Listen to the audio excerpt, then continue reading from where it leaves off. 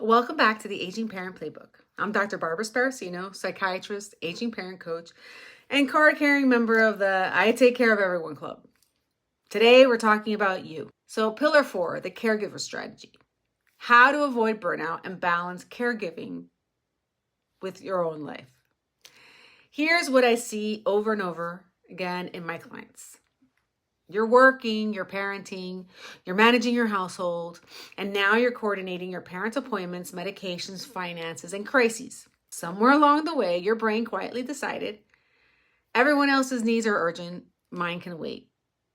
You tell yourself it's temporary, but temporary has somehow morphed into chronic exhaustion, snapping at people you love, crying in the car, and feeling like there's no version of this where you are okay.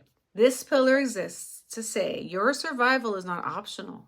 It is a core part of the plan. Caregiver burnout doesn't always look like you're collapsing dramatically, right? It often looks like numbness. You can stop feeling much of anything. Resentment. Why am I the only one doing this?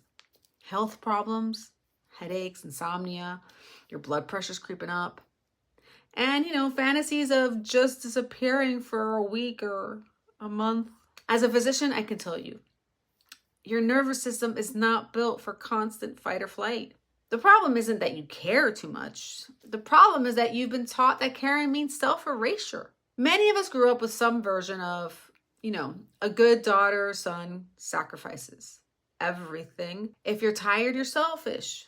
Rest is a reward, not a necessity. I want to offer a different definition. A good adult child shows up consistently, not perfectly. Makes decisions from love, not fear. Tells the truth about what they can and cannot do. Honors both their parents' dignity while also honoring their own humanity. Burned out, resentful you does not actually serve your parent better. Calm, resourced you does. Let's talk about some practical pieces of the caregiver strategy. 1, look, boundaries as logistics, not punishment. Instead of, I can't do this anymore, try, I'm available for calls until 9 p.m. After that, I'll respond in the morning unless it's a true emergency. Or I can take mom to appointments on Tuesdays. We'll need to find coverage for other days. 2, your non-negotiables. Pick 1 or 2 foundational things that support your mental and physical health. It could be having a sleep window, movement, participating in therapy or support group, prayer or quiet time. These are not when I have time items. These are the engine that lets me keep going items. 3, ask for help specifically. Instead of saying, I need more help, try, can you handle mom's grocery order every Sunday? Can you be in charge of paying her utilities online each month? Vague requests produce vague results. And I know this can be challenging because it feels like you have to be very directive, but sometimes you have to train people to behave in ways that you need them to behave. 4, plan for a crisis before it happens. In the full program, we build a caregiver crisis plan. Who to call, what to grab, where documents are. And this lowers your background anxiety so you're not constantly living in this what if place. Your assignment after this episode is to write down 1 non-negotiable for yourself this week. Just 1. So some examples.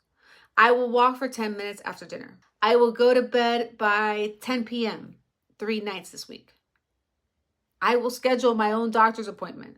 Then I want you to write down 1 task you can delegate to a family member, a friend, or a paid helper if that's an option. It doesn't have to be huge. We're building a muscle, not a miracle. Over these 4 episodes, we've walked through legal protection, the safety net, conflict resolution, the conversation, health optimization and caretaking, the practical plan, and the caregiver strategy, your survival and sanity. These are the 4 pillars inside my program and my courses, because when you shore up each pillar, you go from constant reactivity to thoughtful planning, from guilt and resentment to grounded, values-based decisions, from feeling alone to feeling guided and supported. If you want to go deeper and actually build your parent plan with me, Check the show notes for ways to work together, whether that's my online course or one-to-one coaching. And in the meantime, follow and subscribe so you don't miss future episodes. Share this series with someone else in the thick of this caregiving plan. And come say hi on Instagram or TikTok or Facebook. I'm at the Aging Parent Coach. I'm Dr. Barbara Sparacino, and this has been the introductory series to the Aging Parent Playbook and course. You are not failing. You are caring a lot. Let's keep doing this together.